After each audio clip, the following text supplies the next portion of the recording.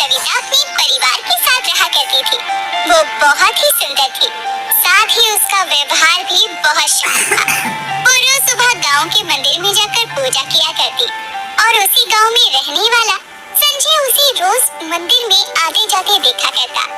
एक रोज वो उससे रास्ता रोक कर कहता है, मुझे तुमसे कुछ जरूरी बात करनी है सविता। ऐसी भी क्या बात करनी है तुम्हें? और तुम मुझे ऐसे रोज रोज क्यों घूरने आ जाते हो रोज? यानी तुम जानती थी कि मैं तुम्हें देखता हूँ। अब तुम मुद्दे की बात पर आओगे या मैं घर जाऊँ? नहीं नहीं, मुझे ये कहना था कि मैं तुम्हें पसंद करने लगा हूँ, प्यार करने लगा हूँ तुमसे। उसकी ये बात सुनकर सविता शर्मा कर वहाँ से चली जाती है, क्योंकि उसके दिल में भी संजय के लिए कहीं न कहीं वही एहसास थे जो कि संजय के दिल में उसके लिए। इस तरह दोनों एक दूसरे के साथ समय बिताने लगते हैं और उनके बीच में प्यार बढ़ता जाता है। दोनों अपने अपने घर में एक दूसरे के बारे में बताते हैं तो उनके माता पिता उनकी शादी के खिलाफ होते हैं। ऐसे में दोनों परेशान हो जाते हैं। संजय, अब हमारा क्या होगा? क्या हम कभी साथ नहीं रह पाएंगे? ऐसा मत कहो सविता, मैं तुम्हारे बिना नहीं जी सकता। मैं भी तुम्हारे अलावा किसी से शादी नहीं करना चाहती, लेकिन अपने माता पिता के खिलाफ कैसे जा सकते हैं? अगर हमें साथ रहना है तो हमारे पास एक ही रास्ता है, हम भागकर शादी कर लेते हैं। ये तुम क्या कह रहे हो भला? हम ऐसा कैसे कर सकते हैं? मैं ऐसा इसलिए कह रहा हूँ कि एक बार शादी हो जाने के बाद हमारे माता पिता किसी और से हमारी शादी के लिए जबरदस्ती नहीं कर सकते। मेरी बात मानो, यही सही है। सविता संजय से बहुत प्यार करती थी, इसीलिए वो उसकी बात मान जाती है और दोनों भागकर शादी कर लेती है। ये बात जब उनके घर वालों और गांव वालों को पता चलती है तो वो उन्हें अपनाने की जगह उन्हें गांव से निकाल देते हैं। दोनों दुखी होकर दूसरे गांव में एक टूटे फूटे मकान में किराए पर रहना शुरू कर देते हैं।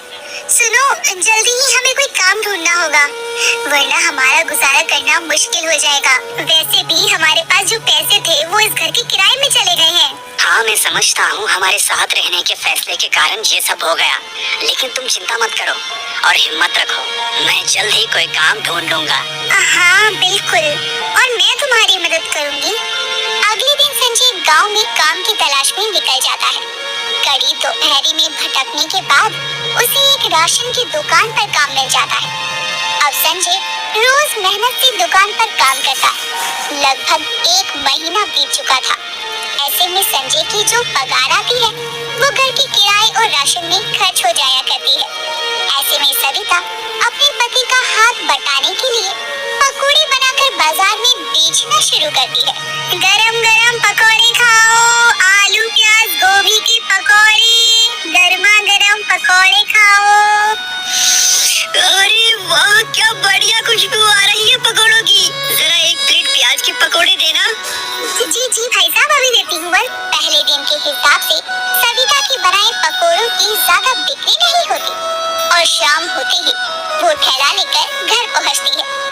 कुछ ही देर में जब संजय घर लौटता है और मुंह हाथ धोकर खाना खाने बैठता है तो प्लेट में पकौड़ों को देखकर कहता है, तुमने आज खाने में पकौड़े भी बनाए हैं? नहीं, वही पकौड़े मैंने बेचने के लिए बनाए थे, लेकिन पहले ही दिन था इसलिए सारे बिके नहीं। इन्हें बर्बाद करने से अच्छा इसे हम खा लेंगे। सविता, गरीबी के चलते मेरे साथ साथ तुम्हें भी इतनी मेहनत करनी पड़ रही है। तो क्या हुआ संजय, वैसे भी पति का हर हालत में साथ देना ही तो पत्नी का धर्म है ना। अब खाना खा लीजिए, तो वैसे भी बहुत रात हो चुकी है। अब बीते समय के साथ जहाँ संजय दुकान में मेहनत करता तो वहीं सविता तरह तरह की पकौड़ी बनाकर बेचने लगती है और उसके स्वादिष्ट पकौड़े खाने के लिए अब लोगों की संख्या भी बढ़ने लगती है। और एक समय ऐसा आता है जब पकौड़े खाने के लिए उसके ठेले पर बहुत भीड़ लगनी शुरू हो जाती है, जिसके चलते बाजार में पकौड़े की दुकान लगाने वाली कांता को बहुत जलन होती है। देखो तो सही इस नास्तिकी को, जब से इसने बाजार में पकौड़े बेचना शुरू किया है तब से इसके ठेले पर हमेशा ही भीड़ लगी रहती है और मेरी दुकान की तरफ तो लोग मुड़कर भी नहीं देखते। इसका तो कुछ करना पड़ेगा।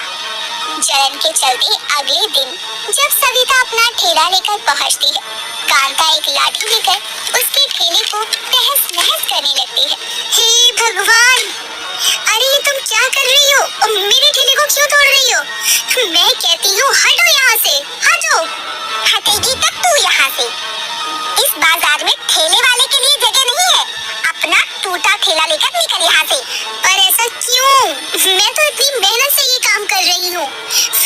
मुझसे ऐसा क्यों कह रही हो? जाती है या ये सब सामान उठाकर फेंक दूं मैं? बाजार के सभी लोग सविता को घूर रहे थे। तभी वो अपना ठेला लेकर वहाँ से चली जाती है और शाम को ये बात संजय को बताती है।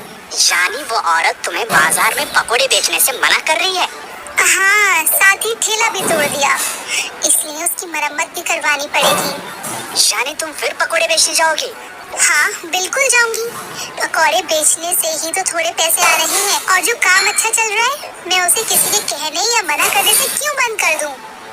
लेकिन सविता, अगर उसने 2 बार ऐसा किया तो फिर?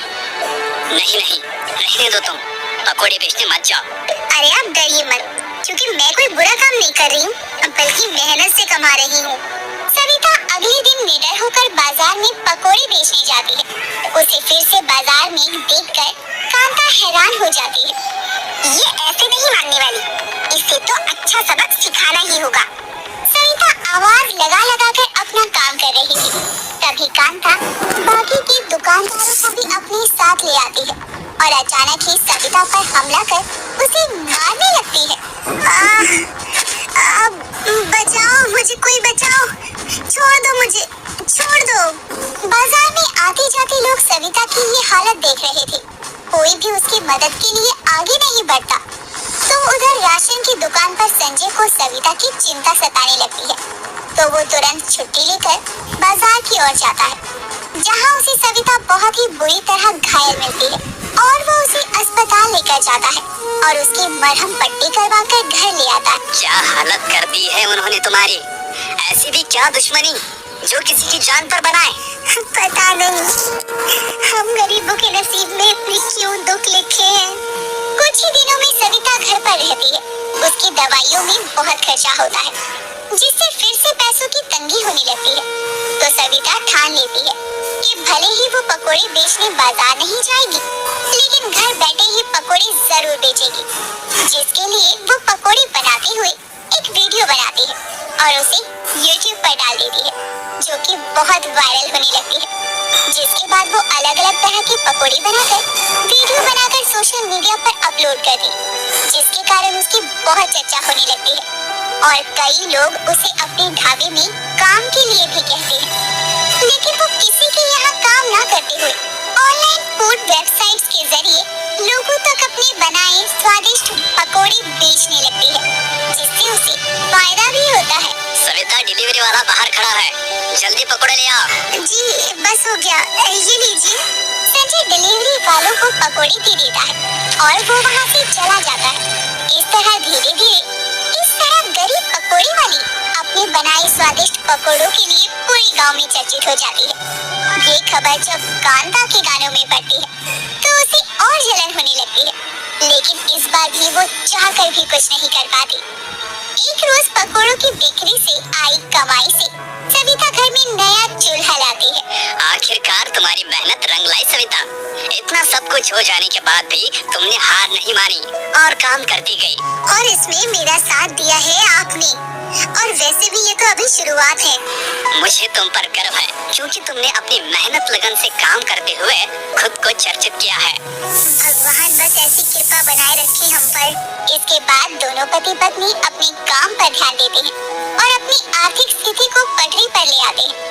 तो वहीं गांव और आसपास के लोग सविता को गरीब पकोड़ी वाली के नाम से बुलाने लगते हैं, क्योंकि उसके बनाए तरह तरह के पकोड़े बहुत स्वादिष्ट थे।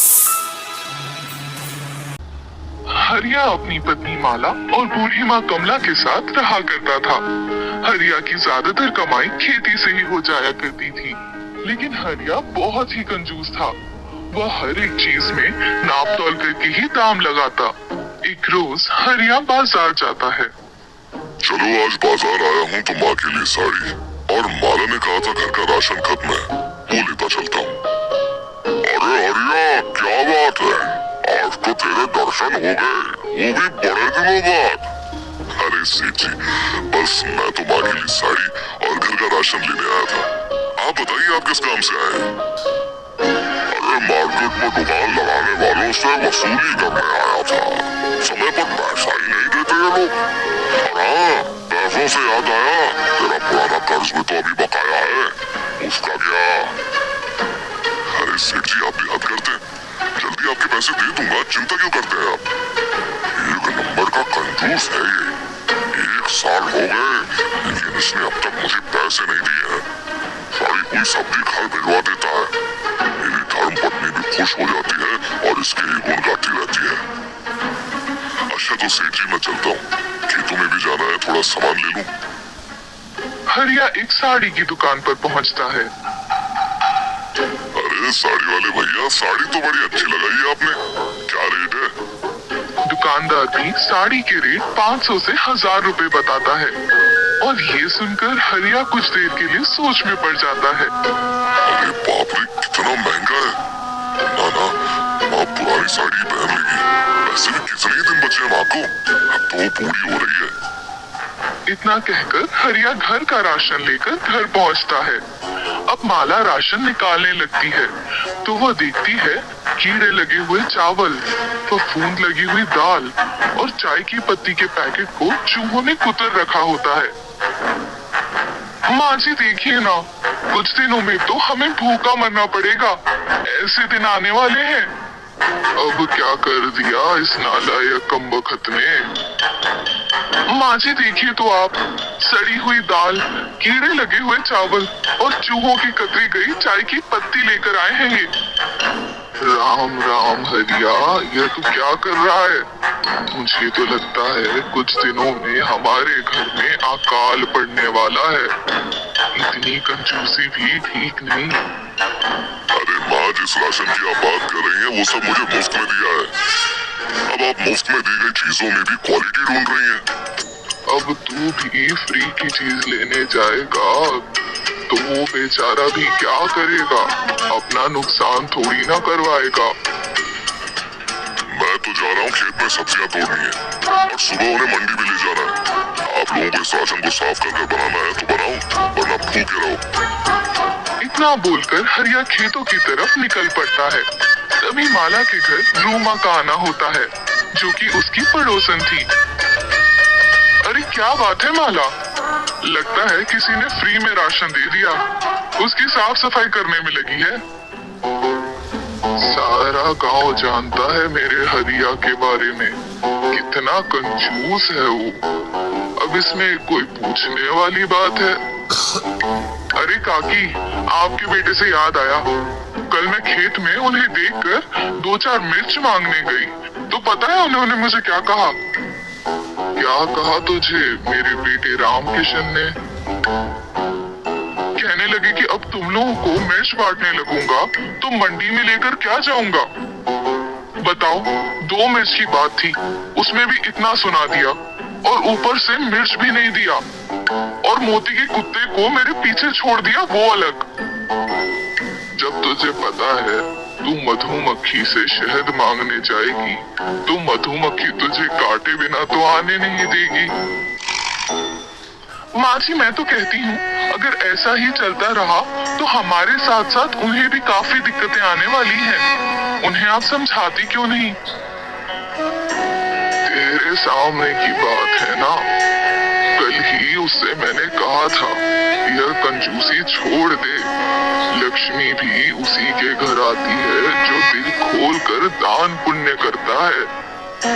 माँ जी, एक साधु बाबा आए थे और वो खाने के लिए कुछ मांग रहे थे, लेकिन शायद उन्होंने कुछ कहा था उनसे, यही कि मैं तुम्हारी तरह कपड़े पहन लूंगा तो मुझे दिन के कितने मिल जाया करेंगे। तो काकी, उस साधु बाबा ने क्या कहा भाई साहब से?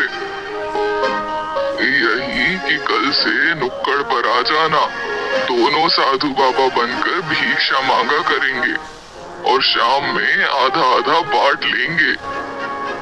तभी मैं कहूँ, आज एक साधु बाबा आया था, उसकी शक्ल भाई साहब की तरह क्यों मिल रही थी? कहीं वो भाई साहब ही तो नहीं थे? अरे नहीं नहीं रूमा, वो साधु बाबा बनने के लिए कपड़े खरीदने में भी सोचेगा। तू तो जानती है वो कितना कंजूस है। हो सकता है मुझे धोखा हो गया हो। अच्छा ठीक है काकी, मैं चलती हूँ। हरिया की कंजूसी दिन ब दिन बढ़ती ही जा रही थी। हरिया की कंजूसी से न सिर्फ उसका परिवार बल्कि गांव के लोग भी परेशान रहने लगे। एक रोज हरिया का दोस्त मोती हरिया के घर आता है। अरे हरिया, कहाँ जा रहा है?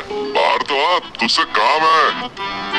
अरे बेटा मोती, अंदर आजा, हरिया नहा रहा है।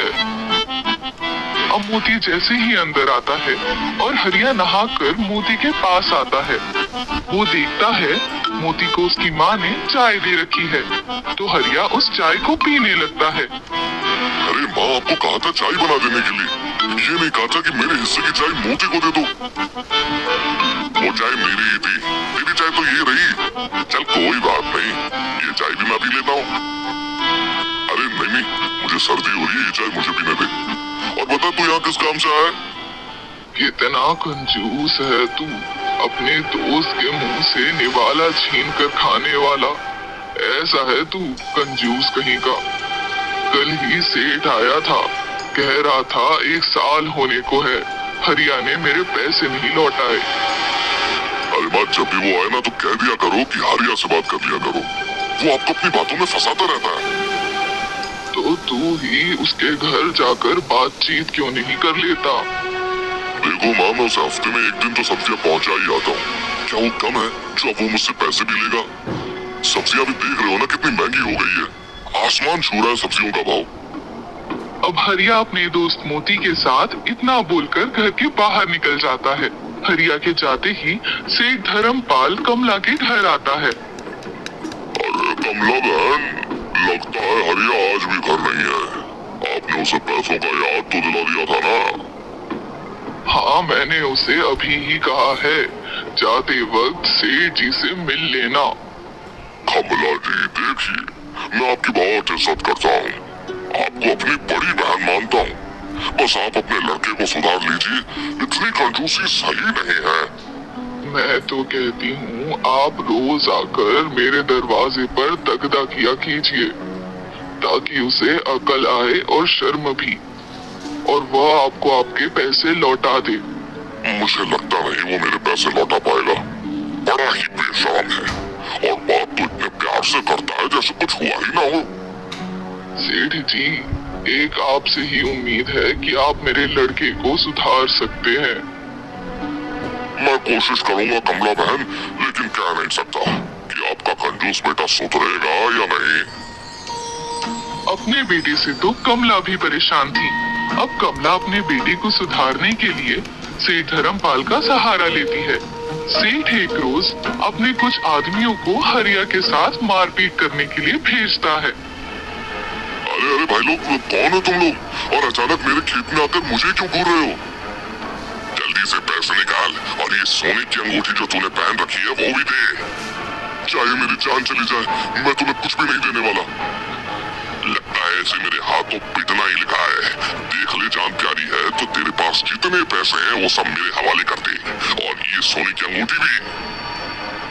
हरिया को कुछ आदमी घेर कर यह सब बोल ही रहे होते हैं, तभी साजिश के तहत सेठ खेत में पहुंच जाता है। सेठ जी, मुझे बचाइए, ये लोग मुझसे पैसे और मेरे सोने की अंगूठी छीन रहे हैं। अरे अरे हरिया, क्या कर रहा है? तुझे पता भी है ये किसके आदमी है? जंगल में जो लुटेरे रहते हैं उनके आदमी है। अरे जल्दी से इन्हें पैसे दे दे और अंगूठी भी। नहीं सेठ जी, मैंने ना तो पैसे दे सकता हूँ, ना ही ये सोने की अंगूठी। ये सभी बहुत कीमती है, बहुत।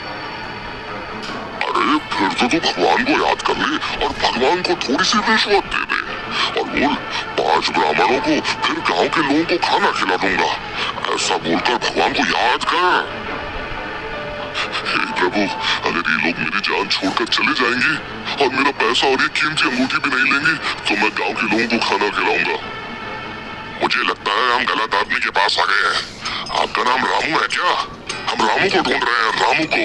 लेकिन सेठ जी ने तो अभी आपका नाम हरिया लिया है। अरे भाई, हरिया है, अच्छा वाला इंसान है, आप इन्हें परेशान मत कीजिए। रामू तो दूसरे गांव में रहता है, और ये तो मैं आपको उसका पता बता देता हूँ। सेठ इतना बोलता ही है कि वह आदमी वहाँ से चले जाते हैं, और हरिया की सांस में सांस आ जाती है। उन आदमियों के जाने के बाद हरिया सेठ से कहता है, अच्छा हुआ बला टल गई। मैं तो खामखा ही डर रहा था। देखा सेठ जी, वो लोग तो आपके कारण गए हैं। मैंने भगवान को भी कह दिया है कि गांव के लोगों को खाना खिलाऊंगा। अब तो हरिया तुम्हें गांव के लोगों को खाना खिलाना ही पड़ेगा। चलो मैं ही गांव के लोगों की दावत दे आता हूँ। इतना बोलकर सेठ वहाँ से जल्दी जल्दी निकल पड़ता है और हरिया सेठ को आवाज देता ही रह जाता है। इधर सेठ सारे गांव वालों को हरिया के घर खाना है ऐसा न्योता दे आता है और हरिया इधर परेशान हो रहा होता है कि आखिर वो गांव के इतने सारे लोगों को खाना खिलाकर अपने पैसे बर्बाद कर रहा है। माला, तुम्हें पता है ना गांव के लोगों को खाना खिलाने में कितने पैसे जाएंगे? सेठ जी ने सारे गांव वालों को न्योता भी दे दिया है। तो आपने अपनी जान बचाने के लिए भगवान से ऐसी मन्नत ही क्यों मांगी थी? अगर आपने इसको पूरा नहीं किया तो भगवान क्रोधित हो जाएंगे। हरिया के मन में कई सारे सवाल चल रहे होते हैं और रात तक वह कल के भोजन के लिए कोई भी तैयारी नहीं करता है। लेकिन कमला और माला रामकिशन की कंजूसी को दूर करने की तरकीब सोच चुके थे। हरिया माँ लक्ष्मी को बहुत मानता था। तभी देर रात हरिया की जब नींद खुलती है तो वह देखता है उसके सामने साक्षात माँ लक्ष्मी खड़ी हैं। हरिया, अगर तुमने सुबह गांव के लोगों को बिना खिलाए लौटा दिया तो तुम्हारे पास जमा सारा धन दौलत सब नष्ट हो जाएगा। क्या क्या आप माँ लक्ष्मी है? माँ लक्ष्मी, मुझे माफ कर दीजिए, मुझसे गलती हो गई। मैं सुबह ही गांव के लोगों को खाना खिलाऊंगा और कंजूसी तो मैं बिल्कुल भी नहीं करूंगा। दरअसल माँ लक्ष्मी के भेष में माला ही रात के समय हरिया को सबक सिखाने आती है और हरिया अगले ही रोज गांव के सारे लोगों को खाना खिलाता है। हालांकि गांव के लोग भी हैरान होते हैं कि आखिर अचानक हरिया को क्या हो गया है। जो वो अपने घर के लिए 1 रुपए तक नहीं निकालता था, आज वो सारे गांव वालों को एक साथ बिठाकर खाना खिला रहा है। सेठ भी इस बात से बहुत खुश होता है क्योंकि हरिया कुछ ही समय बाद सेठ के बकाए पैसे भी लौटा देता है। देखा कमला बहन, मेरी तरकीब काम आई ना, और मैंने आपके कंजूस बेटे को भी सुधार दिया। वह इतनी जल्दी भी नहीं मान रहे थे। वो तो मैंने माँ लक्ष्मी के रूप में अपने पति को दर्शन दिए, तब जाकर उन्हें एहसास हुआ कि वो जो कर रहे थे वो गलत है। कोई बात नहीं, देर आए दुरुस्त आए, काम तो बन गया ना अपना।